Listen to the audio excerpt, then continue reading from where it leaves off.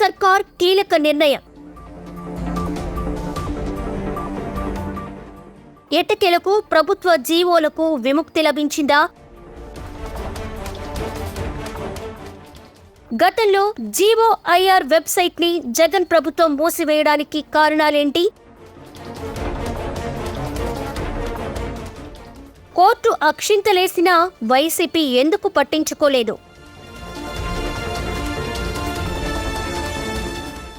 ప్రజలకు అందుబాటులో ఉండాల్సిన జీవోలను ఎందుకు గోప్యంగా ఉంచారు?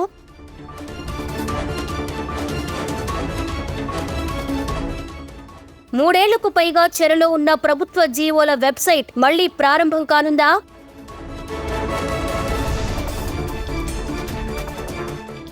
ఎట్టకేలకు ప్రభుత్వ జీవోలకు విముక్తి లభించింది. ఈ మేరకు కూటమి ప్రభుత్వం కీలక నిర్ణయం తీసుకుంది. గతంలో ప్రభుత్వ నిర్ణయాలపై విమర్శలు, కోర్టు వివాదాలు వస్తున్నాయనే సాకుతో వైసీపీ ప్రభుత్వం జీవోలను ప్రజలకు అందుబాటులో లేకుండా చేసింది. అయితే అప్పటి ప్రతిపక్షం టీడీపీ ఈ విషయంపై కోర్టును ఆశ్రయించగా ప్రభుత్వ నిర్ణయాన్ని కోర్టు తప్పుబట్టింది. కోర్టు ఆదేశించినా గత ప్రభుత్వం ఖాతరు చేయలేదు.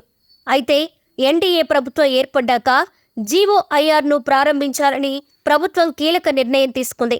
దీనితో ప్రభుత్వ ఉత్తర్వులను గోప్యంగా ఉంచే చీకటి పాలనకు ఎట్టకేలకు విముక్తి లభించింది. 3.5 ఏళ్లుగా ఆంధ్రప్రదేశ్లో ప్రభుత్వ ఉత్తర్వుల్ని ప్రజలకు అందుబాటులో లేకుండా చేశారు.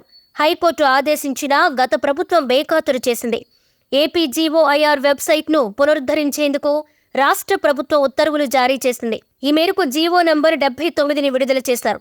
ప్రభుత్వ జీవోలు ప్రజలకు అందుబాటులో ఉంచాలనే ఉద్దేశంతో 2008 జనవరిలో జీఓఐఆర్ వెబ్సైట్ ఉమ్మడి ఆంధ్రప్రదేశ్లో ప్రారంభించారు.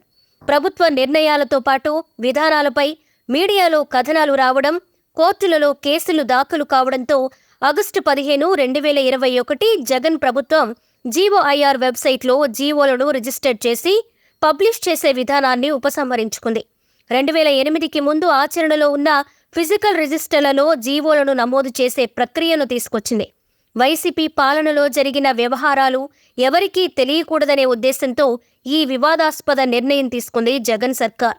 అయితే 2008లో వైఎస్ రాజశేఖర రెడ్డి ముఖ్యమంత్రి ఉండగా తీసుకొచ్చిన వెబ్సైట్ను ఆ తర్వాత వచ్చిన ప్రభుత్వాలు కొనసాగించాయి. వైఎస్ తనయుడు జగన్కు మాత్రం దానిపై వ్యతిరేకత రావడం విశేషం. గతంలో ఏ ప్రభుత్వం కూడా ప్రభుత్వ ఉత్తర్వుల్ని జీఓఐఆర్ వెబ్సైట్లో రిజిస్టర్ కావడం వల్ల ఇబ్బందిగా భావించలేదు.